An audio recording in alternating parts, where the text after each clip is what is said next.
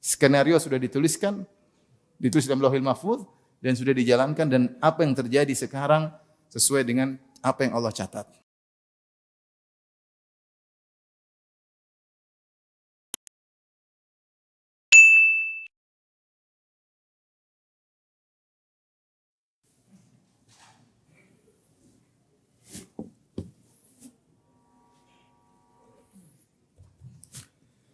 Bismillahirrahmanirrahim. Assalamualaikum warahmatullahi wabarakatuh.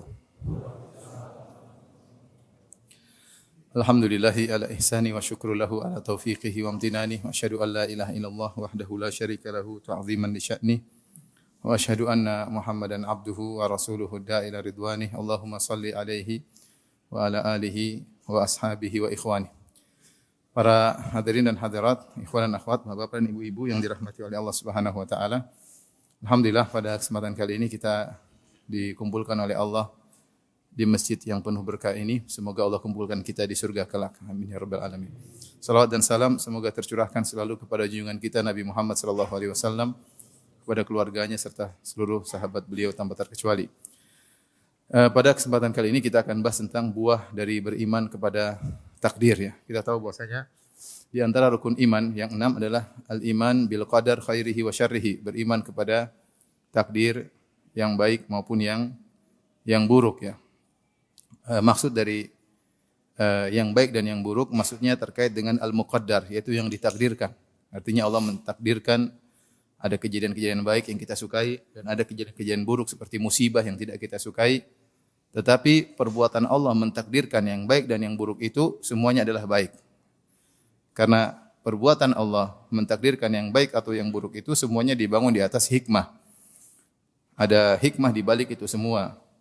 Makanya di antara doa istiftah Nabi SAW, Rasulullah SAW berkata, وَشَرُّ لَيْسَ إِلَيْكَ وَشَرُّ لَيْسَ إِلَيْكَ, dan keburukan tidak kembali kepada engkau. Artinya, semua yang Allah takdirkan itu, baik perkara yang baik menurut pandangan kita atau perkara yang buruk menurut pandangan kita, di balik itu semua pasti ada hikmah. Karena ketika Allah mentakdirkan Azza wa Jalla, beliau mentakdirkan segalanya dibangun di atas ilmu dan dibangun di atas sifat al-hikmah.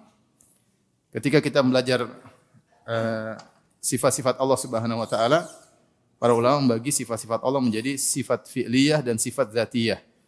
Sifat fi'liyah yaitu sifat-sifat yang terkait dengan kehendak Allah. Jika Allah berkehendak, Allah lakukan. Jika Allah tidak berkehendak, tidak Allah lakukan. Seperti apa? Seperti rahmat, seperti murka. Allah murka kepada sebagian orang karena ada sebab yang buat Allah murka kepadanya. Dan Allah merahmati sebagian orang karena ada sebab Allah merahmatinya. Seperti cinta, Allah benci, ya, itu namanya sifat ikhtiyariyah atau sifat fi'liyah, sifat-sifat Allah yang terkadang Allah lakukan, terkadang tidak Allah lakukan, sesuai dengan kehendak Allah Subhanahu wa taala. Dan ada sifat kedua yang disebut dengan sifat dzatiyah. As-sifat dzatiyah itu sifat-sifat la tanfak an dzatillah, yaitu sifat-sifat yang tidak pernah terlepas dari Allah. Selalu Allah bersifat demikian. Selalu Allah bersifat demikian. Sifat-sifat dzatiyah banyak seperti wajah. Allah selalu memiliki wajah, sifat tangan. Di antaranya juga sifat-sifat ilmu. Allah selalu berilmu, tidak pernah Allah tidak berilmu. Allah selalu berilmu. Di antara sifat dzati adalah sifat al-hikmah. Allah selalu bijak dalam menentukan segala sesuatu. Pasti apa? Pasti bijak. Dan qudrah juga sifat dzatiyah. Allah pasti qudrah, pasti melakukan segala sesuatu yang Allah kehendaki. Nah, bicara tentang takdir. Takdir kalau kita bahasakan secara sederhana, yaitu Allah mentakdirkan, yaitu Allah merencanakan semua sesuatu yang sebelum Allah jalankan, ya. Kemudian Allah eksekusi dan sesuai dengan apa yang Allah telah tetapkan. Oleh karenanya para ulama mengatakan beriman kepada takdir ada 4 maratib, ada 4 tingkatan. Jika kita mengimani 4 tingkatan ini berarti iman kita kepada takdir iman yang benar. Yang pertama adalah beriman dengan ilmu Allah, bahwasanya semua yang akan terjadi, ya, semua telah diketahui oleh Allah Subhanahu wa taala. Yang telah terjadi sudah diketahui oleh Allah, yang akan terjadi juga telah diketahui oleh Allah. Yang tidak terjadi, seandainya terjadi seperti apa juga Allah tahu. Jadi ilmu Allah meliputi segala sesuatu, ya. Ya, ilmu Allah meliputi segala sesuatu. Saya kasih gambaran, ini walillahil matsalul a'la, bagi Allah perumpamaan yang lebih tinggi. Misalnya ada seorang insinyur, dia ingin membuat sebuah rumah. Maka dia punya ilmu tentang rumah ini, dia akan bikin rumah begini. Dia punya ilmu, dia akan bikin apa? Sebuah rumah. Kemudian setelah itu, dia catat perencanaan dia. Dia catat, gambarnya dia gambar, RAB-nya dia tulis, dia catat. Setelah itu, dia jalankan, dia eksekusi pembuatan rumah tersebut. Dan seluruh anak buah yang mengerjakan rumah tersebut sesuai dengan kehendak dia. Ini gambarannya. Ini seorang insinyur yang bikin sebuah apa? Rumah. Sebelum dia bikin, dia punya ilmu atau tidak? Punya ilmu. Setelah itu dia catat di RAB, dia catat di perencanaan, dia catat di gambarnya, di arsiteknya dia catat. Setelah itu dia eksekusi dan seluruh eksekusinya sesuai dengan kehendak dia. Namun namanya kalau manusia, dia hanya bisa merencanakan sebagian, dia tidak tahu apa yang terjadi di depan. Ternyata biaya membengkak dan sering terjadi. Biaya membengkak. Ternyata ada yang miss, ada yang salah. Ternyata ada perubahan. Ternyata harga besi menjadi naik misalnya. Ternyata di tengah jalan dia berubah. Oh kayaknya kurang bagus, dia rubah gambarnya. Itulah kalau insinyur manusia. Kira-kira itu gambaran sederhana tentang takdir. Allah Subhanahu wa taala sebelum menciptakan alam semesta, Allah sudah punya perencanaan. Rencana tersebut di dalam ilmu Allah Subhanahu wa taala. Kemudian Allah tuliskan di Lauhil Mahfuz. Allah tulis di mana? Lauhil Mahfuz, rencana tersebut. Kemudian Allah eksekusi, selesai. Eksekusi tersebut tidak ada yang luput, tidak ada yang salah, semuanya sesuai dengan yang Allah rencanakan. Itu baru namanya insinyur yang hebat kalau manusia. Maka Allah ahsanul muqaddirin. Allah Subhanahu wa taala adalah yang terbaik dalam menciptakan, merencanakan sesuatu, tidak ada satupun yang keluar dari perencanaan Allah Subhanahu wa taala. Ini saya kasih gambaran apa? Sederhana. Makanya ketika para ulama mengatakan iman kepada takdir 4 maratib, yaitu tadi kira-kira berilmu sebelum menciptakan, kemudian Allah catat ilmunya tersebut dalam Lauhil Mahfuz, kemudian semua yang terjadi di atas kehendak Allah, tidak ada yang keluar dari kehendak Allah. Yang keempat, eksekusi, penciptaan. Allah ciptakan apa yang Allah rencanakan tadi. Itulah 4 maratib tingkatan takdir. Yang pertama apa? Saya ulangi. Yang pertama ilmu, yang kedua catatan, yang ketiga kehendak, yang keempat eksekusi yaitu penciptaan. Coba tadi ada berapa? Yang pertama apa? Ilmu. Yang kedua mencatat. Yang ketiga kehendak. Yang keempat eksekusi itu menciptakan. Kalau insinyur ya membuat bangunannya. Kalau Allah menciptakan. Ini logika sederhana untuk takrib, untuk memudahkan kita paham tentang masalah takdir. Inilah akidah Ahlussunnah wal Jamaah, akidah umat Islam secara umum. Dan diyakini oleh hampir seluruh umat Islam. Kita enggak usah bicara tentang orang ngaji. Ya, ibu kita saja yang mungkin tidak pernah ngaji, kalau terjadi sesuatu, sudah takdir ya piye katanya. Mau bagaimana lagi, sudah takdir. Orang-orang tua kita aja bilang begitu, apa sudah takdir. Wes sudah digariskan sama yang di atas. Mereka yakini hal ini, bahwasanya semua sudah direncanakan, ditetapkan oleh apa? Allah. Sudah digariskan, sudah ditetapkan, sudah mau diapain lagi, kita enggak bisa menghindar. Beda ketika kita bicara akidah Yahudi. Akidah Yahudi, Allah Subhanahu wa taala ternyata tidak tahu apa yang bakalan terjadi. Dalam Bible, dalam perjanjian lama, dalam kitab Kejadian, Allah menyesal. Jadi dalam Bible perjanjian lama Allah menyesal. Allah menyesal kenapa Allah ciptakan manusia, ternyata manusia jadi penjahat. Maka Allah menyesal telah menciptakan apa? Manusia. Ketika ada kata Allah menyesal, berarti Allah ketika membuat tidak berencana dong. Atau rencananya meleset, ya kan?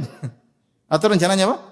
Meleset. Itu berarti saya enggak tahu ada konsep takdir dalam agama Yahudi atau tidak. Tapi kalau kita baca Bible seperti itu.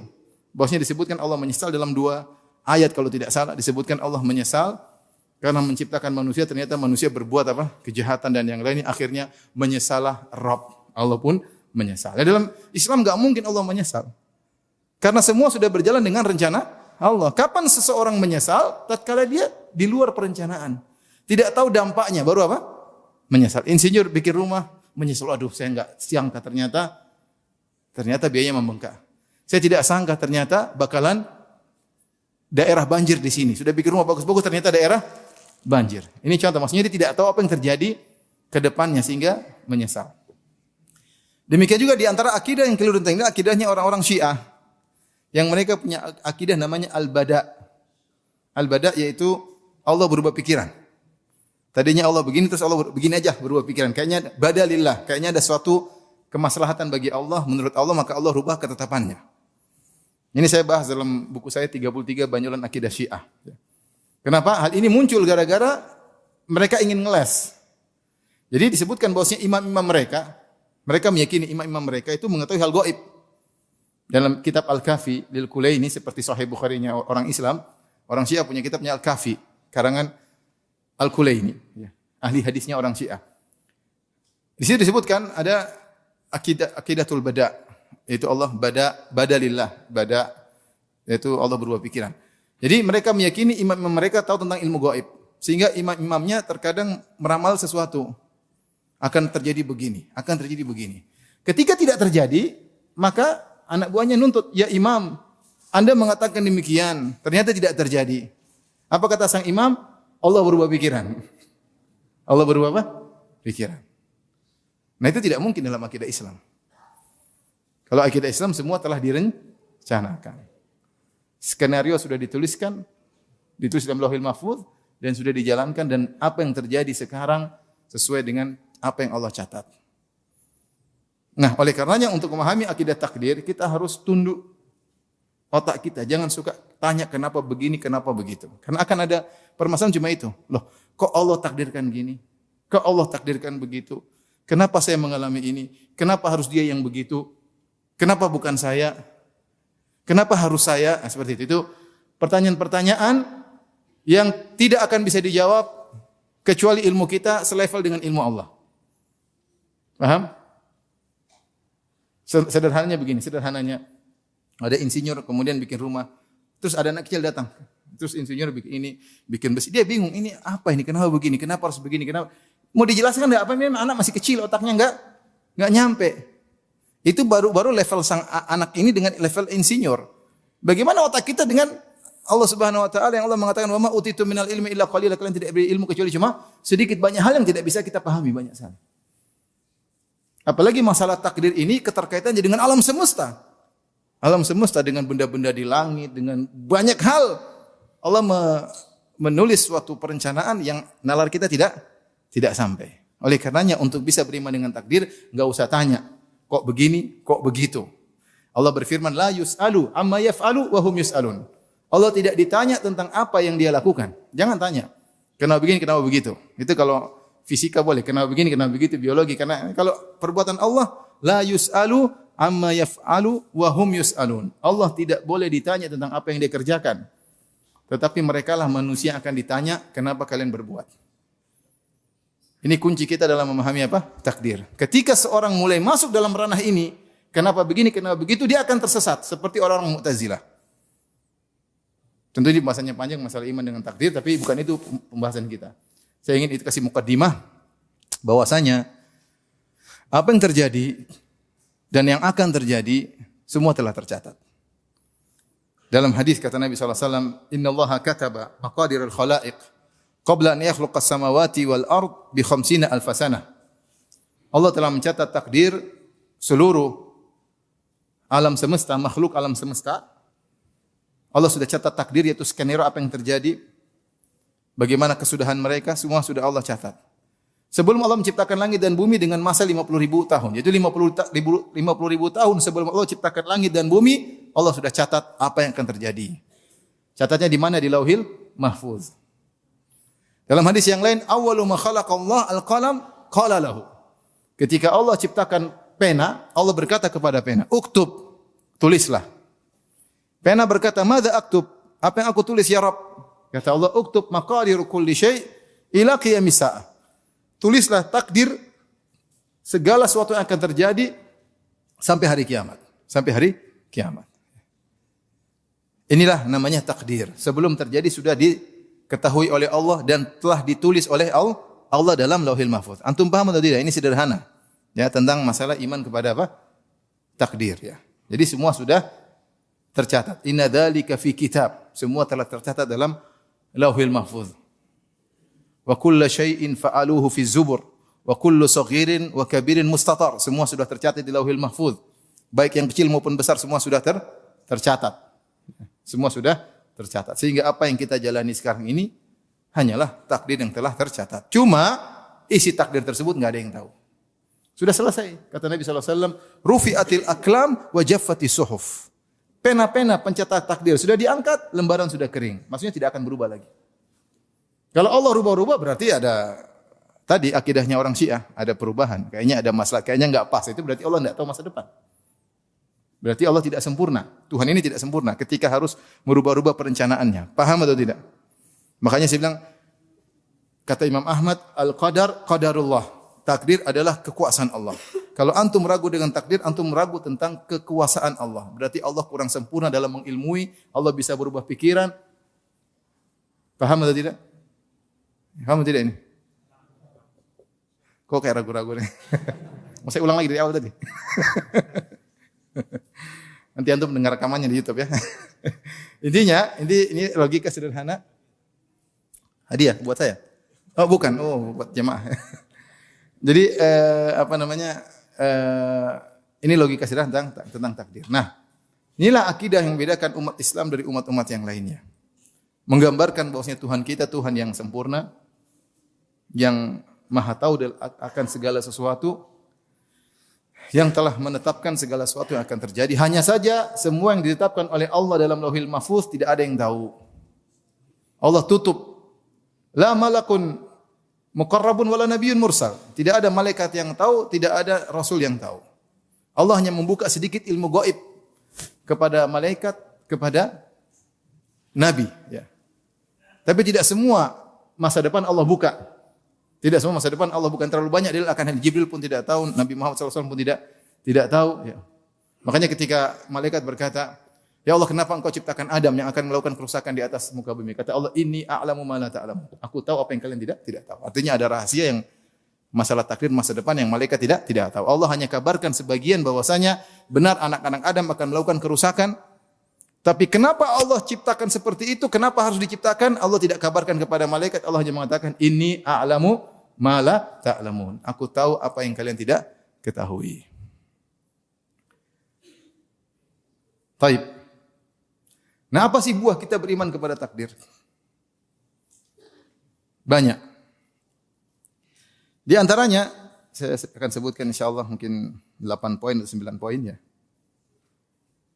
Yang pertama, ikhwan dan akhwat yang dirahmati oleh Allah Subhanahu wa taala, jika kita beriman kepada takdir, ini paling penting untuk kehidupan kita sekarang ini, kita akan bersabar biiznillah taala.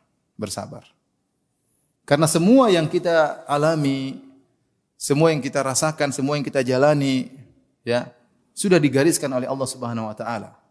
Ma asabaka lam yakun liyukhti'ak wa ma akhta'aka lam yakun liyusibak. Tidak akan sempurna iman seorang sampai dia yakini ma asabaka lam yakun liyukhti'ak. Apa yang akan menimpamu tidak mungkin kau menghindar darinya. Wa ma akhta'aka, apa yang meleset darimu lam yakun liyusibak, tidak akan bisa mengenaimu. Ya. Ketika kita mendapati musibah yang tidak kita sukai, ya sudah mau diapain? Sudah digariskan. Buat kita bisa lebih bersabar. Ma asaba min musibatin fil ardi wala fi anfusikum illa fi kitabin min qabli an nabra'aha. Inna dzalika 'ala Allahi yasir. Tidak ada suatu musibah yang terjadi di atas muka bumi atau menimpa diri kalian illa fi kitabin, kecuali tercatat di Lauhil Mahfuz, min qabli an nabra'aha, sebelum Allah ciptakan musibah tersebut. Sudah tercatat di Lauhil Mahfuz. Wa dzalika 'ala Allahi yasir, itu mudah. Karena takdir itu mudah bagi Allah. Allah berilmu, Allah buat skenario, Allah tulis, Allah jalankan. Ini semua mudah bagi Allah. Inna dzalika 'ala Allahi yasir. Buat apa? Likaila ta'sau 'ala ma fatakum. Agar kalian tidak putus asa dari apa yang luput dari kalian, yang terlalu bersedih. Wala tafrahu bima atakum, dan juga jangan sombong atas apa yang kalian dapatkan karena semua sudah digariskan. Karena semua digariskan. Jadi ketika kita dapat musibah, sudah kita yakin ini sudah digariskan. Kamu berusaha semaksimal mungkin pun tidak akan bisa menghindar. Ya. Tidak akan bisa menghindar. Ya. Makanya la yanfa'ul hadar ma'al qadar. Kehati-hatian, kewaspadaan kalau sudah bertabrakan dengan takdir tidak ada faedahnya. Sudah digariskan. Sudah digariskan. Mau berjaga-jaga, mau usaha, tapi kalau sudah takdirkan, tidak akan bisa terhindar. Nah, ketika kita tahu akan iman kepada takdir, apa yang menimpa kita, ya sudah, kita serahkan kepada Allah. Ya sudah, ini sudah digariskan. Sehingga kita mudah untuk bersabar ya. Oleh karenanya ketika cucu Nabi sallallahu alaihi wasallam meninggal ya, dari Usamah bin Zaid radhiyallahu taala anhuma, qala kunna inda Nabi sallallahu alaihi wasallam fa arsalat ilaihi ihda banatihi tad'uhu wa tukhbiruhu anna sabiyan laha aw ibnan laha fil maut. Kata Usamah bin Zaid radhiyallahu anhuma, kami bersama Nabi sallallahu alaihi wasallam, kemudian ternyata ada putri Nabi, kalau tidak salah Zainab, mengirim utusan kepada Nabi sallallahu alaihi wasallam mengabarkan bahwasanya putranya atau putrinya, kalau tidak salah Umamah, putri apa namanya Zainab, Umamah bintu Abil As radhiyallahu taala anhuma ya, sakit atau meninggal ya. Kemudian disampaikan kepada Nabi sallallahu alaihi wasallam. Ini cucu Nabi. Maka Rasulullah SAW berkata, irji ilaiha, kepada utusan tersebut, kembalilah kepada putriku Zainab, fa akhbirha, kabarkan kepada dia. Anaknya meninggal, anna lillahi ma akhadha wa lahu ma a'ta. Sungguhnya milik Allah yang Allah ambil. Artinya anakmu itu adalah milik Allah, makanya Allah ambil. Wa lahu ma a'ta, dan apa yang Allah berikan kepada kita pun itu milik Allah Subhanahu wa taala. Wa kullu syai'in indahu bi ajalin musamma, dan segala sesuatu ada ajalnya, telah tercatat. Ya, semua sudah tercatat ajalnya. Anakmu meninggal sudah tercatat maksudnya. Wal tasbir wal tahtasib, sampaikan kepada putriku agar dia bersabar dan dia mengharap pahala. Dia mengharap pahala. Artinya tidak bisa terhindar. Mau anaknya Nabi, mau cucunya Nabi, mau Nabi sallallahu alaihi wasallam pun kalau waktunya meninggal akan meninggal. Tidak bisa dihindari. Jadi ini meringankan beban ketika kita tertimpa musibah. Ya. Saya sering kasih lelucon, saya bilang misalnya kalau sering saya bilang bapak-bapak, saya bilang sering misalnya ibu-ibu lah atau bapak-bapak ya. Bapak pulang ke rumah, pulang kerja capek-capek, sampai di rumah ternyata diomelin istri. Pulang kerja dari jam 8 pergi, kerja di kantor berhadapan dengan bos, diomelin bos ya. Kemudian pulang bercita-cita ketemu istri dengan senyuman, ternyata sampai di rumah diomelin istri lagi. Diomelin bos plus omelan apa? Istri.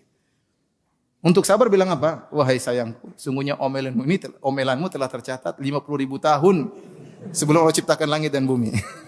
Antum sabar itu. Jadi sudah mau diapain? Ini omelan enggak bisa dihindari. Ke depan masih kita usahakan, tapi ini omelan sudah terjadi, tidak bisa dihindari. Sudah tercatat 50.000 tahun sebelum Allah ciptakan langit dan bumi. Jadi 9 dicatat, sudah lama. Ini catat, enggak bisa dihindari, mau diapain? Dan seperti itu. Jadi kalau kita terkena musibah, kita ingat ini sudah takdir. Ya, ini semua sudah ketentuan Allah. Tidak ada yang bisa menghindar dari ketetapan Allah Subhanahu wa taala. Ini yang pertama. Yang kedua, di antara faedah dari beriman kepada takdir yang tadi Allah sebutkan, yaitu tidak sombong. Tidak sombong. Ya. Illa fi kitabin min qabli an nabra'aha inna dzalika 'ala Allah yasir likai la ta'sau 'ala ma fatakum wa la tafrahu bima atakum. Agar kalian tidak sombong dengan apa yang Allah berikan kepada kalian. Kalau kita berhasil, kita mungkin jadi penguasa yang sukses, kita mungkin ya berhasil naik jabatan, kita mungkin berhasil naik pangkat, mungkin kita berhasil mendidik anak-anak, mungkin kita berhasil mendidik keluarga, mungkin kita berhasil bangun masjid, mungkin banyak hal keberhasilan yang kita raih. Jangan kita sombong. Karena semua sudah digariskan 50.000 tahun sebelum menciptakan langit dan bumi, engkau akan membangun masjid, engkau akan berhaji misalnya, engkau akan umrah, engkau akan menjadi seorang dai, engkau akan menulis sebuah buku-buku agama, ya. Engkau akan begini, engkau akan begitu. Semuanya sudah ditakdirkan sehingga tidak perlu sombong. Toh ini kamu hanya menjalankan garis yang telah ditulis oleh Allah Subhanahu wa taala. Karena kalau kita tidak yakini takdir, kita merasa sombong. Karena saya, kita lupa diri. Allah ingatkan, semua telah tercatat agar kau tidak sedih kalau terkena musibah dan kau tidak sombong kalau mendapatkan keberhasilan. Sebenarnya ini inti dari beriman kepada takdir itu adalah ini. Bukan untuk bertanya, kok Allah begini, kok Allah begitu.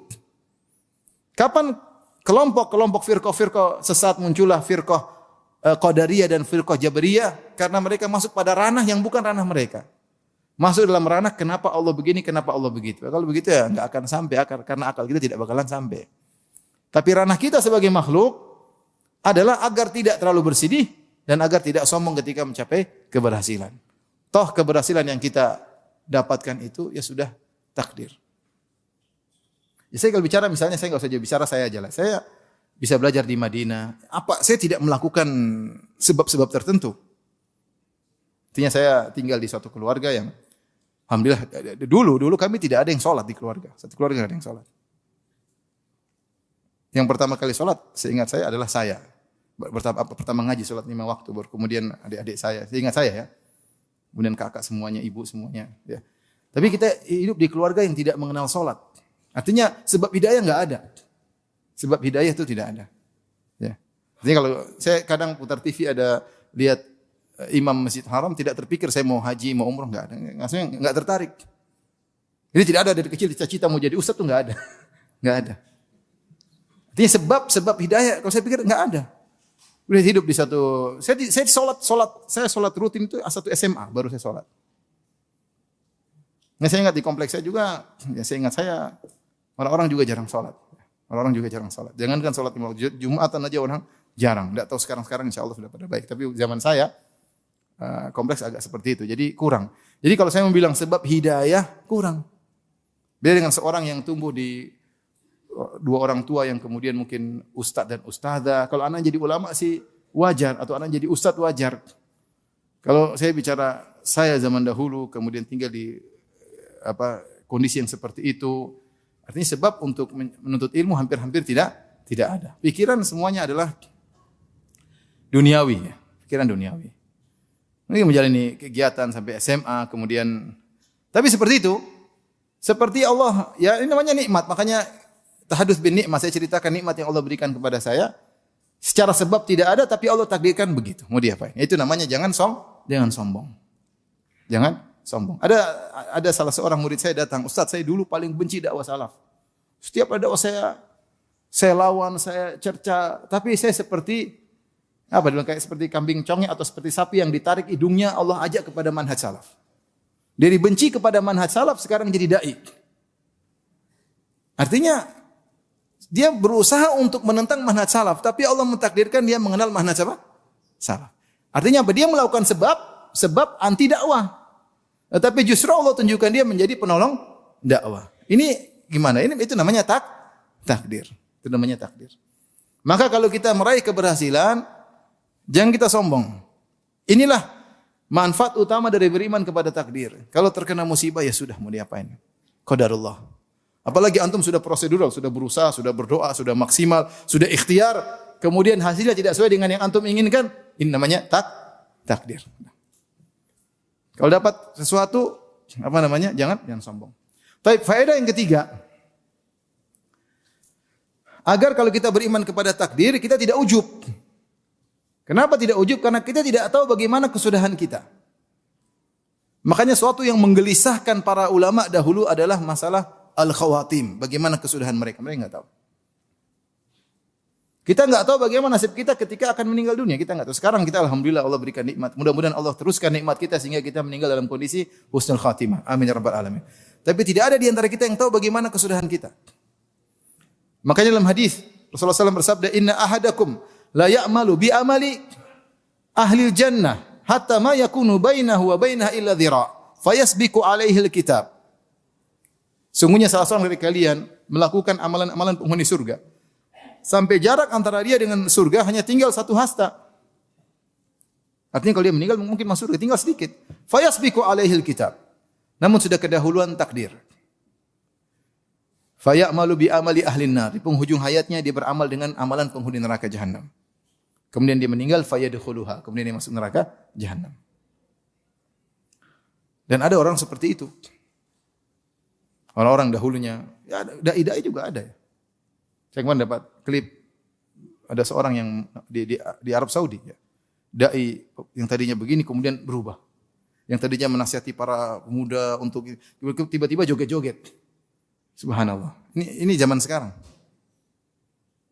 Zaman sekarang. Dahulu ada namanya Abdullah Al-Qasimi. Abdullah Al-Qasimi katanya dia dari Mesir tapi dia tinggal di Qasim. Kemudian dia pakar akidah. Sampai dia menulis kitab Sira' Bainal Tauhid wal Wathaniyah. Pertarungan antara tauhid dengan paganisme, dengan penyembahan terhadap selain Allah Subhanahu wa taala. Itu dia bantah syubhat dia. Bukunya sangat top, sangat bagus sampai banyak ulama memuji dia. Sampai ulama bikin syair-syair tentang buku ini saking hebatnya buku ini. Di penghujung dia kayaknya murtad. Bayangkan sudah jadi pakar akidah di puncak ilmu. Di puncak ilmu akidah. Sampai bantahin ahlu syirik. Dia bantah, bukan cuma sekedar ngerti, dia bantah mereka, syubhat-syubhat mereka dia habisi. Ujung-ujungnya dia ragu tentang Islam. Hati sangat lemah. Oleh karena tidak ada yang boleh ujub. Mau dia pakar apapun dia tidak tahu bagaimana penghujungnya. Sudah ada contoh-contoh orang-orang seperti itu. Yang penghujungnya kemudian dia berubah. Sebagian teman-teman mungkin tidak sampai tahapan begitu. Saya dulu punya teman-teman waktu saya pertama ngaji di UGM, saya ingat si fulan, saya tanya gimana mereka. Mereka itu dulu yang penyebab kita dapat hidayah. Bagaimana semangat mereka mengajak kita untuk ngaji adik-adik kelas. Saya tanya gimana si fulan? Waduh sudah tidak ngaji lagi Ustaz. Kenapa? Terpengaruh istrinya. Masya Allah. Mungkin istrinya terlalu cantik. Makanya antum gak usah terlalu cantik kalau cari istri. Nanti lupa sama Allah. Ingat mikir istri melulu ya. Kalau sudah dapat syukuri yang ada. Maksud saya ini terjadi. Jadi kita nggak tahu penghujung kita bagaimana. Sebaliknya antum jangan meremehkan orang. Antum lihat orang maksiat, mungkin ahlul bidah, suatu saat bisa sadar dia. Kita nggak tahu. Inna ahadakum la ya'malu bi amali ahlin nar hatta ma yakunu bainahu wa baina ila dhira. Sungguh salah seorang dari kalian melakukan amalan penghuni neraka jahanam. Sampai jarak antara dia dengan neraka tinggal 1 hasta. Fayasbiqu alaihil kitab. Dia sudah kedahuluan takdir. Fayamalu bi amali ahlil jannah. Kemudian di akhir hayatnya dia beramal dengan amalan penghuni surga. Fayadkhuluha. Kemudian dia masuk surga. Kata Ibnu Daqiqil Id rahimahullah taala dalam syarah Arba'in Nawawiyah untuk mengangkat husnudzon kita kepada Allah. Kata Ibnu Daqiqil Id, model yang kedua lebih banyak daripada model yang pertama. Artinya bekas penjahat lebih banyak daripada bekas ustaz. Benar bekas ustaz jadi penjahat ada. Tapi lebih banyak orang jahat kemudian apa? Sadar banyak. Tapi kita tidak boleh ujub karena kita tidak tahu kesudahan kita bagaimana. Di antara hal antum mungkin rasakan. Terkadang kita agak goyang iman kita ketika kita diuji dengan ujian yang berat. Kita mulai suudzon sama Allah. Itu kita alami kadang-kadang. Wa zulzilu hatta yaqula ar-rasulu walladzina amanu ma'ah mata nasrullah. Mereka digoncang sampai Nabi dan pengikutnya berkata, kapan datang pertolongan Allah Subhanahu wa taala? Maksud saya, Allah berfirman, "Wa minan nasi may ya'budullah ala harfin, fa in asabahu khairun itma'anna bih, wa in asabatu fitnatun inqalaba ala wajhihi. Khasirat dunya wal akhirah.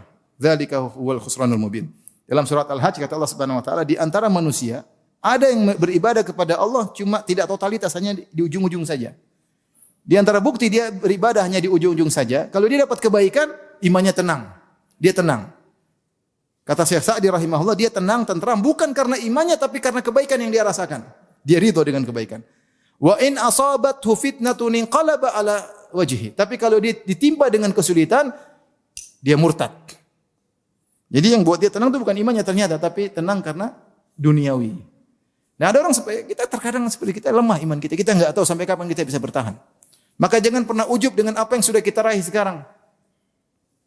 Jangan ujub, jenggot kita sudah panjang, jangan ujub. Jangan ujub kita sudah cingkrang, jangan ujub kita sering salat 5 waktu. Jangan ujub dengan sedekah yang sudah kita sedekahkan, jangan ujub dengan ceramah yang sudah kita sampaikan, jangan ujub dengan ilmu yang sudah kita raih. Jangan ujub Anda menjadi pakar ini, enggak ada ceritanya. Kalau Allah rubah, Allah bolak-balikkan hati manusia, mudah sekali hati berubah. Di antara sebab hati kita berubah kalau kita ujub. Makanya ketika para ulama bahas tentang Abdullah Al-Qasimi, mereka mengatakan dia terkena ujub. Bisa jadi dia terkena apa? Ujub. Karena bayangkan tulis buku, keren, detail, bantah syubhat, dipuji sana sini, malah dia yang tersungkur. Sang penulis sendiri yang tersungkur.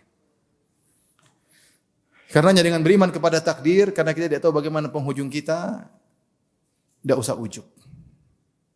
Kita enggak tahu bagaimana ujung kita. Jangan terpedaya dengan pujian manusia. Jangan terpedaya orang-orang semua menunjukkan tangan kepada kita. Jangan terpedaya dengan penghormatan orang kepada kita. Jangan terpedaya dengan bangunan masjid yang sudah kita bangun. Dengan sedekah yang kita sedekahkan. Kita tidak tahu apakah kita ikhlas sehingga bertahan iman kita, ataukah kita riya, ataukah kita ujub yang bisa berujung pada kehancuran.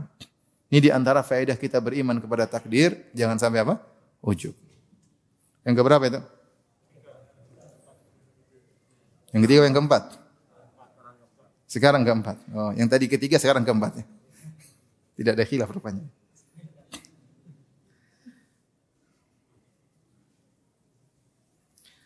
Di antara faedah kita beriman kepada takdir,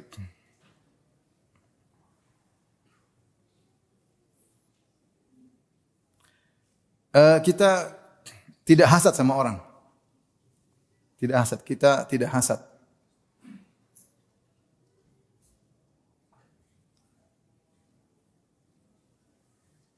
Orang yang beriman kepada takdir hatinya bersih. Dia sudah tahu semua ditakdirkan. Ya. Karena dia tahu bahwasanya semua yang Allah takdirkan dibangun di atas sifat dzatiyah Allah, itu sifat hikmah. Saya sudah jelaskan Allah punya sifat dzatiyah terkait dengan takdir. Ini ilmu, di antaranya hikmah, ya. Di antaranya kudrah. Ini semua sifat-sifat dzatiyah yang terkait dengan takdir.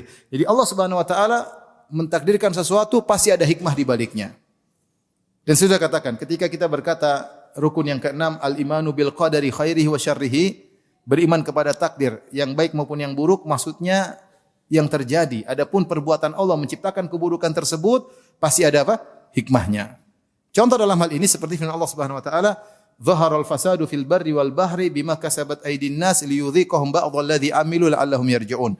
Telah nampak kerusakan di daratan dan di lautan. Itu kerusakan, bencana, malapetaka, ya kerusakan, pembunuhan, pemerkosaan, banyak terjadi apa? Kerusakan di daratan maupun di lautan.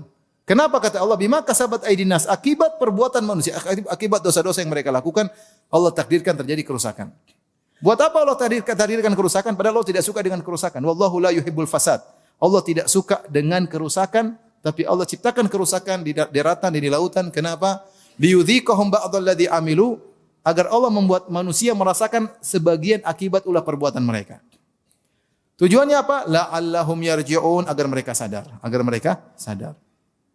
Jadi hikmah, kalau kita bilang, Ustaz, apakah gempa bumi buruk? Apakah banjir buruk? Ya buruk. Yang ciptakan siapa? Allah atau bukan? Allah. Ini namanya takdir buruk. Tetapi Allah menciptakan itu tidak buruk. Wa syarru laisa ilaik, tidak ada keburukan yang kembali kepada Allah. Di balik penciptaan Allah terhadap bencana-bencana ada hikmah yang Allah kehendaki. Ada hikmah yang Allah kehendaki. Ibnu Qayyim bahas panjang lebar dalam Syifaul Alil. Ini bahasanya panjang tentang orang-orang ateis punya syubhat yang saya tidak ingin sampaikan sekarang. Tapi intinya begitu. Intinya kita meyakini bahwasanya di balik itu semua ada hikmah. Nah, di antara hamba-hamba Allah ada orang yang tidak bisa jadi baik kecuali Allah jadikan dalam kondisi kaya. Seandainya Allah jadikan dia miskin, dia akan rusak. Dan di antara hamba-hamba Allah ada yang tidak ada yang bisa bikin dia baik kecuali dalam kondisi miskin. Kalau dia kaya, dia rusak. Antum milih yang pertama ya.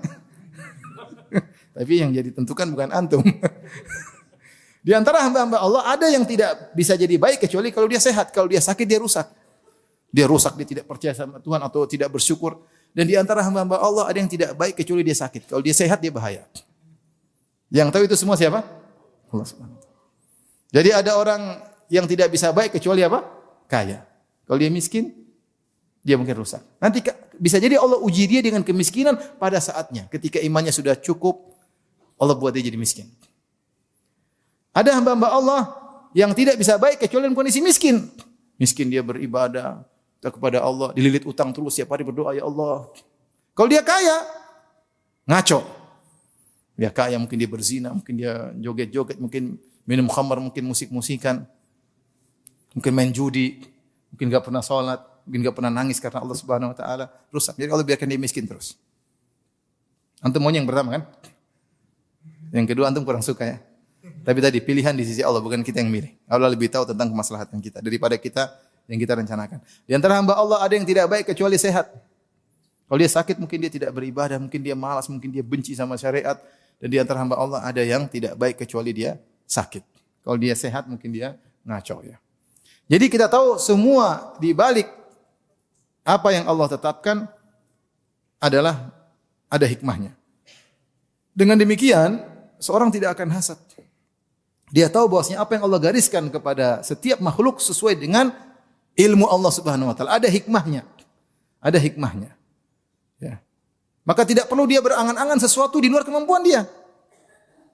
Jangan sampai orang tua berkeinginan untuk jadi muda kembali, ya sudah, enggak bisa. Coba. Wala tatamannau ma faddalallahu bihi ba'dakum ala ba'd. Lirrijali nasibun mimma kasabu walinisa'in nasibun mimma iktasaban. Was'alullaha min fadlih. Kata Allah, janganlah sebagian kalian berangan-angan memiliki apa yang dimiliki oleh sebagian yang lain. Jangan laki-laki ingin seperti perempuan, jangan perempuan seperti laki-laki. Masing-masing punya jatah sendiri-sendiri. Laki-laki punya jatah untuk beramal dengan kodratnya sebagai laki, wanita punya ranah untuk beramal sesuai dengan kodratnya sebagai wanita. Jangan laki-laki nuntut seperti wanita, jangan wanita nuntut seperti laki-laki. Jangan wanita bilang, coba saya jadi laki-laki, saya bisa keluar ke sana kemari, jalan-jalan. Jangan, kamu perempuan di rumah. Jangan laki-laki bilang, coba kalau saya jadi perempuan bisa hamil, bisa punya anak, bisa gendong ya. Jangan. Jangan. Masing-masing punya ranah untuk beraktivitas, masing-masing punya ranah untuk bisa beramal saleh. Tetapi was'alullaha min fadlih. Mintalah karunia dari Allah Subhanahu wa taala. Nah, kalau kita beriman pada takdir, sudah Allah takdir saya gini, saya berusaha, tapi jangan saya hasad sama orang. Kalau saya dijadikan begitu, belum tentu saya bisa bersyukur. Saya bilang aja contohnya ya, saya bicara masalah ranah dai. Kita di tanah air ya, dai bermacam-macam ya. Ada yang mungkin kalau dia bikin pengajian mungkin ribuan, masjid enggak cukup, jalan enggak cukup, semua enggak cukup, ada. Sebagian saat kita Masya Allah seperti itu. Ada yang dai mungkin yang hadir cuma 10 orang, 20 orang. Ada yang mungkin 5 orang. Ada yang mungkin sendirian, tidak ada muridnya ya. Dan ini terjadi bukan di sini, di Saudi juga begitu. Dulu sempat tersebar foto seorang dai, syekh bukan dai, syekh, doktor di Masjid Nabawi, dia ceramah yang hadir cuma 1 orang. Tapi dia ceramah tetap, dia sampaikan ilmu, yang hadir cuma berapa orang? 1 orang. Nah, jangan sampai orang yang mungkin yang hadir sedikit hasad kepada orang yang hadirnya banyak. Sungguhnya yang hadir banyak itu dia sedang diuji oleh Allah Subhanahu wa taala. Antum kira mudah menjaga hati ketika yang hadir banyak, bisa ujub, bisa riya, bisa sombong, bisa angkuh, bisa sok, bisa macam-macam. Karena suasana bisa merubah hati seseorang. Ya sudah, antum 2-3 orang ikhlas. Tidak apa-apa, yang hadir sedikit tapi apa? Ikhlas. Jangan sampai sudah hadir sedikit, hasad lagi, sombong lagi. Jadi maksud saya, ini contoh saya bicara tentang para da'i, ya sudahlah. Dia punya ujian. Saya kalau dikasih audiens sebanyak Ustadz Fulan, mungkin belum tentu saya ikhlas. Belum saya ikhlas. Kita enggak tahu yang Allah yang pilih yang terbaik buat kita. Sehingga tidak perlu kita hasad kepada yang kita minta kepada Allah, ya Allah mudahkan ilmu saya diterima. Ya Allah mudahkan wahlul 'uqdatam min lisani yafqahu qawli. Ya Allah angkatlah kekakuan dari lisanku agar mereka bisa paham apa yang aku sampaikan. Mudahkan aku bisa menyampaikan materi yang aku siapkan. Seperti itu. Kita berdoa kepada jangan hasad sama orang tapi minta kebaikan kepada Allah Subhanahu. Ini saya bicara misalnya ranah dai misalnya ya. Kita enggak tahu. Ya akhi, belum tentu orang yang pengikutnya banyak surganya lebih tinggi daripada antum yang tidak ada pengikutnya. Benar atau tidak? Yang penting kan di akhirat bukan di sini. Betapa banyak orang surganya tinggi enggak ada yang kenal. Jadi jangan memang kalau kecuali ada ketentuan yang pengikutnya paling banyak surganya paling tinggi ya kita banyak-banyakan pengikut. Tapi kan tidak, ternyata ada nabi laisa ma'ahu ahad. Ada seorang nabi tidak ada pengikutnya sama sekali. Yang penting antum baik dengan Allah Subhanahu wa taala. Allah tahu yang terbaik bagi antum. Kalau antum dijadikan tenar tersohor, belum tentu antum ikhlas. Belum tentu antum ikhlas. Makanya kalau antum lagi misalnya panitia pengajian, tidak mesti antum harus dekat sama ustaz. Kalau saya ingin dekat dengan ustaz. Kalau antum tidak jadi dekat terus ya sudah. Antum sudah salam ustaznya cuekin ya sudah. Antum dekat sama ustaz belum tentu ikhlas. Nanti foto sama ustaz upload niatnya apa? Buat nikah lagi. Jual nama ustaz untuk kawin lagi, ngawur. Foto kemudian masuk, niatnya apa? Foto-foto kemudian masukkan ke dalam Instagram atau foto sama ustaz. Ya Allah yang tahu niatan. Maksud saya itu berat, itu pun bisa merubah niat seseorang. Jadi Allah lebih tahu mana yang terbaik bagi antum. Antum berusaha, tidak usah hasad sama orang. Tidak usah hasad sama orang ya. Yakin apa yang Allah tetapkan itu yang terbaik bagi antum. Semua ada hikmahnya, semua ada hikmahnya. Tugas antum hanyalah ikhtiar dan berusaha. Taib.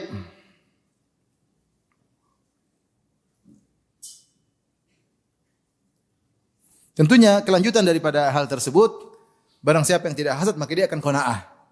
Faedah berikutnya, orang yang beriman dengan takdir apa? Dia akan apa? Qanaah.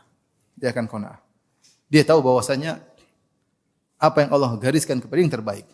Tapi ini orang tidak bisa qanaah kecuali di prosedural. Maksudnya prosedural itu apa? Dia sudah ikhtiar, berusaha, hasilnya begitu ya sudah ini yang terbaik. Tapi kalau dia tidak prosedural, maka dia sulit untuk qanaah. Maksud saya seorang berusaha, berdoa, berusaha. Kalau dia sudah berusaha dan berdoa, hasilnya begitu, yakin itu yang terbaik.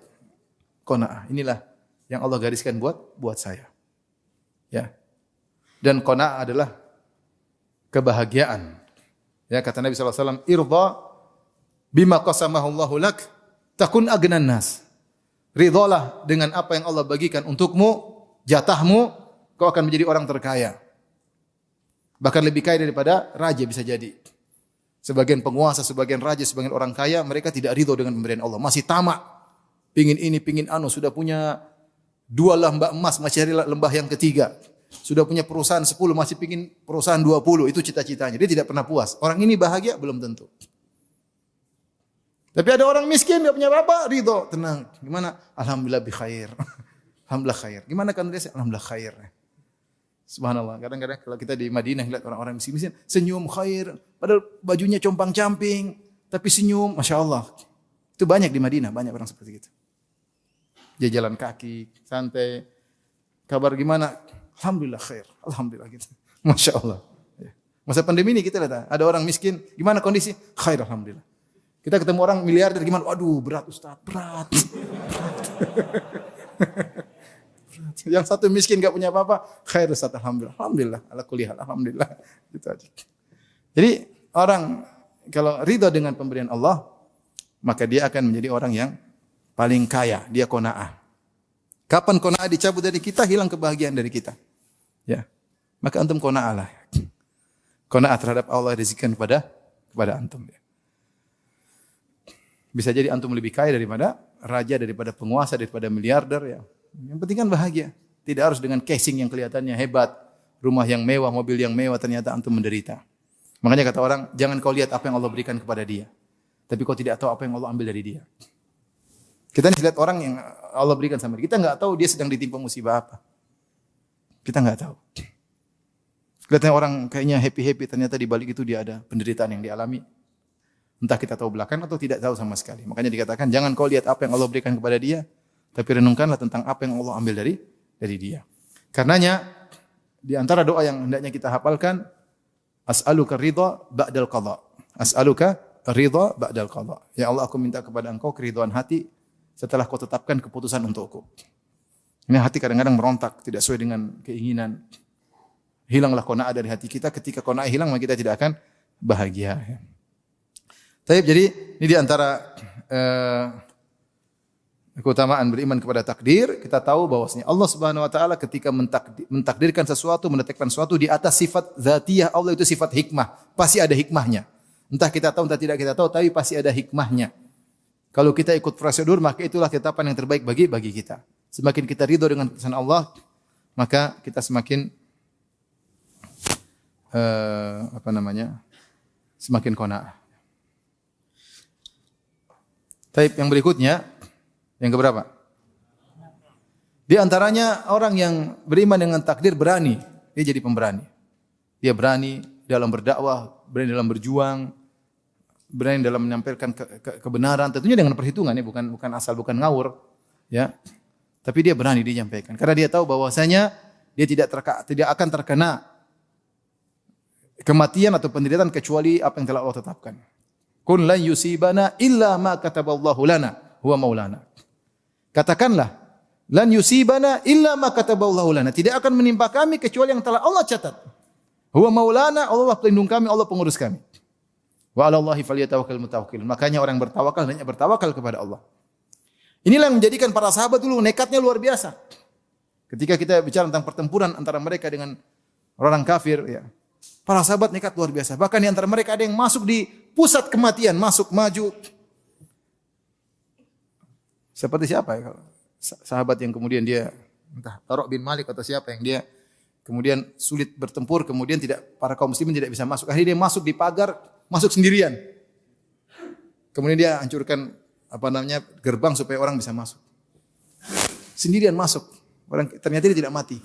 Dia tidak mati. Kenapa? Dia yakin kalau memang saya tidak mati, tidak bakalan mati. Meskipun loncat ke dalam kerumunan pasukan musuh. Contoh nyata adalah Khalid bin Walid. Khalid bin Walid, apa kata Khalid bin Walid ketika akan meninggal dunia? Ketika Khalid bin Walid akan meninggal dunia, beliau menangis. Karena cita-cita beliau adalah meninggal di medan pertempuran. Tapi ternyata beliau beraninya luar biasa, maju dalam pertempuran, tidak mati-mati. Bagaimana dalam perang Mu'tah. Sampai dia berperang dengan 9 pedang. Luar biasa. Pedangnya patah. Ambil pedang kedua. Patah lagi. Ambil pedang ketiga. Masya Allah. Kuatnya tangannya. Saya pedang yang patah. Kalau kita baru pertama tangan kita yang patah. Saya bayangkan subhanallah Khalid bin Walid perang sampai 9 pedang. Pedang terakhir tidak patah. Tapi 8 pedang patah di tangannya. Bagaimana pertempuran luar biasa. Ya, tapi tidak mati. Yang meninggal pun luar biasa. Contoh Ja'far bin Abi Thalib ketika meninggal, ditemukan di tubuhnya 80 sekian bekas luka. Tombak, panah, pedang, tapi semua di depan, enggak ada di belakang sama sekali. Artinya dia tidak pernah mundur sedikit pun. Ketika dia maju perang, tikam 1, tikam 2 masih terus berperang. Semua luka di bagian depan tubuhnya. Dia muqbil ghair mudbir, maju terus tidak pernah mundur. Khalid bin Walid ini contoh. Ketika dia akan meninggal, dia menangis, dia berkata, "Ma min amalin arja indi ba'da la ilaha illallah min lailatin syadidatin al-jalid fi sariyatin minal muhajirin." Battaha atau wa ana mutatarris was sama'u tanhal alayya wa ana antadhiru subha hatta aghiru alal kuffar atau ughiru alal kuffar. Fa alaikumul jihad. Ini tentang jihad ya. Dia berkata, tidak ada amal yang paling aku harapkan, yang paling aku banggakan di hadapan Allah agar aku bertemu dengan Allah seperti suatu amalan yang paling aku sukai, yaitu di malam yang sangat dingin. Kemudian aku pun tidur di bawah perisaiku sementara hujan turun, menunggu besok pagi-pagi menyerang musuh. Itu amal yang paling saya sukai. Ini penderitaan kan? Malam-malam dingin nungguin hujan turun, tunggu sampai besok subuh. Lama atau tidak? Lama. Tapi bilang itu amal yang paling saya banggakan. Bertemu dengan Allah Subhanahu wa taala. Ya. Maka hendaknya kalian berjuang di jalan Allah Subhanahu wa taala. Laqad syahidtu kadza wa kadza zahfan. Aku sudah menghadiri sekian puluh peperangan gabung dengan musuh. Ya. Wa ma fi jasadi mawdi'u shibrin illa wa fihi darbatu sayfin aw ramyatin bisahmin aw ta'natin bi rumhin. Tidak ada di tubuhku satu jengkal kecuali di situ pasti ada luka. Entah luka karena pedang, sayatan pedang, atau luka karena tombak, atau luka karena panah. Setiap jengkal pasti ada luka. Siapa? Khalid bin Walid. Yang Allah sebut, yang lain mengatakan sayfun min suyufillah, pedang Allah. Wa hadza wa ha anadha amutu ala firashi hatfa anfi kama yamutul ba'ir. Nah, sekarang saya ternyata tidak meninggal di medan pertempuran, saya meninggal di tempat tidur. Sebagaimana hewan unta yang meninggal di tempatnya. Kemudian dia berkata, laqad talabtul qatla fi madhannihi falam yuqaddar li ila an amuta ala firashi. Aku telah mencari kematian di tempat-tempatnya, itu aku masuk dalam medan pertempuran agar aku meninggal mati syahid. Ternyata Allah tidak mentakdirkan aku meninggal di situ. Ya. Kemudian kata beliau, fala namat ayunul jubana.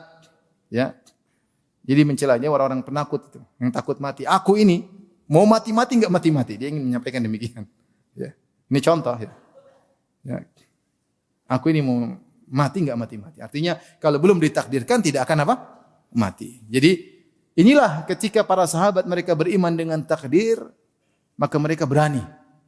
Mereka berani berjuang, mereka berani berdakwah, mereka berani mencapaikan kebenaran. Itu bayangkan bagaimana Rib'i bin Amir ketika bertemu dengan Rustum, dia datang sendirian. Dengan Rustum kepala panglima Persia dengan puluhan ribu pasukannya, Rustum Rabi'i datang sendiri. Ditanya, "Ngapain kau ke sini? Ngapain kalian ke sini?" Kata dia, "Kami diutus oleh Allah, ibta'atsana Allah." Kami diutus oleh Allah untuk apa? Untuk mengeluarkan manusia dari peribadatan kepada manusia, dari peribadatan kepada makhluk menuju peribadatan kepada pencipta makhluk. Dia sendirian. Dia tidak takut sama sekali. Itulah para sahabat. Oleh karenanya seorang ketika dia melakukan satu kegiatan, dia ingat kepada takdir dan dia kalau sudah takdir mau diapain. Tapi jangan ngawur juga ya. Semuanya dengan apa? Perhitungan. Tapi inilah yang menjadikan dahulu para sahabat sampai dakwah tersebar, sampai Islam tersebar karena iman mereka kepada takdir. Lihat kata Khalid, "Saya sudah berusaha wa qad talabtul qatla fi ma dhannihi." Aku sudah mencari kematian di tempat-tempat yang akan mendatangkan kematian, tapi walam yuqaddar alayya, aku tidak ditakdirkan untuk mati dalam pertempuran. Maka falana mat ayunul jubana, itu orang-orang penakut itu ya. Takut-takut ngapain? Takut-takut ngapain? Ada sebagian teman cerita ya. Ada seorang ustadz yang pergi ke kemanusiaan, pergi ke Suriah waktu itu bawa obat-obatan ya. Ketika mereka terkadang diskusi. Salah satu orang ustadz saya kenal, dia duduk di suatu sandaran gitu. Tiba-tiba dia pergi. Tiba-tiba dia kayak gelisah gitu, dia pergi di tempat tersebut, tiba-tiba ada bom di tempat itu. Jadi subhanallah, kalau Allah tidak takdirkan tidak bakalan mati. Dan temannya cerita sama saya, ketika Ustaz sudah meninggal, temannya bilang, "Ustaz itu pernah bilang sama kita, Ustaz, setiap peluru sudah tercatat. Kalau tidak tercatat untuk kamu tidak bakalan mati." Teorinya begitu ya. Tapi maksudnya ada orang seperti itu ya. Kalau peluru tidak tercatat bahwa saya tidak bakalan mati. Dan benar buktinya ketika dia cerita suatu saat dia duduk, mereka lagi kumpul-kumpul, tahu-tahu dia kayak enggak enak, dia pergi. Baru dia pergi sebentar kemudian ada bom mengenai lokasi di mana dia duduk. Kalau memang tidak ditakdirkan tidak bakalan mati. Wa'lam annal ummata law ijtama'u ala ayyadhurruk, kata Nabi kepada Ibnu Abbas, ketahuilah kalau manusia satu dunia berkumpul untuk memberi kemudaratan kepadamu, lan yadhurruk, mereka tidak bakalan bisa memberi kemudaratan kepadamu illa ma qad kataballahu alaik, kecuali yang Allah telah takdirkan untukmu. Kalau tidak. Rufi'atil aqlam wa jaffatis suhuf. Pena sudah diangkat dan lembaran sudah kering. Kalau Allah tidak takdirkan, maka tidak bakalan terkena. Inilah di antara hal yang membuat seorang tidak gentar ketika dia beriman kepada takdir. Kalau waktunya mati, mau mati sekarang, mati di sini, mati di sana, tetap aja mati. Man lam yamut bisayfi mata bi ghairihi. Ta'addadatil asbabu wal mautu wahid. Kalau tidak meninggal karena sayatan pedang, maka akan meninggal dengan sebab yang lain. Tinggal meninggal mulia atau tidak. Ta'addadatil asbab, sebab-sebab banyak, wal mautu wahid, dan kematian cuma ujungnya menuju pada kematian. Taib yang berikutnya. Yang keberapa? Iman yang benar kepada takdir mengantarkan seorang berikhtiar, selalu berikhtiar. Kenapa? Karena dia tahu Allah sudah mencatat semuanya, tapi Allah merahasiakannya. Dan ketika Allah mencatat takdir, Allah punya aturan sunnatullah. Harus berusaha. Bukan cuma bersandar kepada takdir namun tidak berusaha, itu salah. Ya. Kita beriman dengan takdir bukan berarti kita pasrah kepada sesuatu yang tidak kita ketahui. Seperti saya sering ditanya, "Ustaz, kalau saya ternyata ditakdirkan masuk neraka, buat apa saya beramal soleh?" Saya bilang, "Iya, buat apa? Kalau kau sudah takdir masuk neraka, percuma kau beramal soleh. Ujung-ujungnya masuk apa? Neraka. Tapi kan kamu enggak tahu takdirmu apa. Kecuali kau pernah naik di sana di langit, kau buka Lauhul Mahfuz, kau lihat ternyata ada namamu. Paijo binti Paimin Al-Semarangi. Kamu berarti. Oh iya, itu enggak ada lagi yang Paijo, bapak saya Paimin cuma saya aja. Di Semarang cuma saya aja. Benar saya di neraka. Kalau kamu lihat namamu di lembaran neraka, percuma kamu beramal soleh, percuma. Tapi kamu kan enggak pernah lihat. Terus gimana Ustaz? Ya ada aturannya. Allah sudah jelasin. Yang beramal soleh masuk surga, beramal maksiat masuk neraka. Udah ikuti jalan aja. Ngapain kau Ada yang tanya lagi, "Ustaz, kalau bisa enggak saya minta sama Allah berubah takdir saya?" Loh, kamu tahu takdirmu, minta dirubah. Takdirmu apa? Kamu enggak tahu kan? Jangan takdirmu baik kau minta berubah jadi miskin nanti. Kan sekarang bukan penghujungnya, kamu enggak tahu. Ngapain gitu, enggak usah. Minta kebaikan, kita minta kebaikan, iya kan? Minta kebaikan, kita berdoa kebaikan, kita beramal soleh. Enggak usah bilang, saya ingin rubah takdir, takdirmu kamu enggak tahu. Yang ada adalah Allah kasih jalan. Kullun muyassarun lima khuliqa lahu. Makanya ketika sahabat bertanya, ya Rasulullah, apakah kita bertawakal bersandar kepada takdir? Fafiman amal, kemudian buat apa kita beramal? Kata Rasulullah SAW, i'malu, beramalah, fakullun muyassarun lima khuliqa lahu. Masing-masing akan digiring dengan amalnya menuju takdirnya.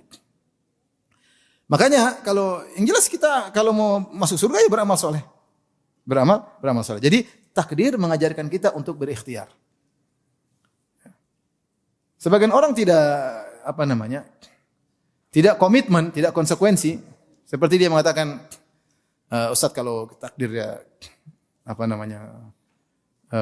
misalnya takdir jahat ya percuma kita beramal soleh. Percuma saya ngaji tapi akhirnya Allah takdirkan saya juga. Ya. Kita bilang kamu juga kalau Allah sudah takdirkan kamu kenyang, ngapain kamu makan? Tapi kamu makan kan? Kalau mau kenyang. Coba kamu bilang, Allah takdirkan saya kenyang, saya enggak usah makan pun bakalan kenyang. Tapi dia tidak komitmen. Ketika dia lapar dia cari apa? Makan. Ketika dia makan kenyang, berarti takdirmu kamu kenyang dengan cara makan. Sama, sakit juga demikian. Kita ingin sembuh, kita berusaha. Kadang sembuh, terkadang tidak. Tapi ada jalannya. Ya. Mau kaya miskin juga berusaha. Ya Ustaz, kalau Allah takdirkan saya kaya, saya di rumah aja jadi kaya. Iya benar, tapi kan ada aturannya. Kecuali bapakmu Sultan Semarang ya. Kemudian bapakmu meninggal, kamu dapat warisan di rumah saja, enggak apa-apa. Kamu bukan Sultan Semarang bapakmu yang masalahnya. Ya udah kamu berusaha. Jadi ketika beriman takdir kita harus berikhtiar. Dan itu yang dipraktikkan oleh Nabi SAW. Nabi SAW saja dalam perang Uhud, Rasulullah SAW pakai baju perang 2, pakai helm, ya. Rasulullah pasang strategi, Rasulullah musyawarah terlebih dahulu sallallahu alaihi wasallam, kemudian pasang strategi, kasih peringatan jangan sampai turun. Semuanya sebab. Semuanya sebab. Yang dilakukan oleh Nabi sallallahu alaihi wasallam ada strateginya, bukan asal yang penting ya udah takdir enggak. Kita harus berikhtiar, berusaha. Kalau kita sudah berusaha semaksimal mungkin ternyata gagal, itulah yang terbaik. Yakinlah itu yang terbaik. Yang terakhir, ikhwan dan akhwat yang dirahmati Allah Subhanahu wa taala, jika seorang beriman kepada takdir, hatinya selalu tenang.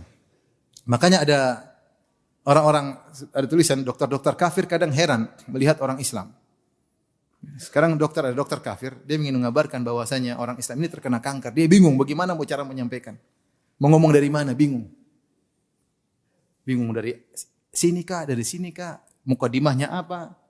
Intinya dia sampaikan kepada orang muslim tersebut, Anda terkena kanker.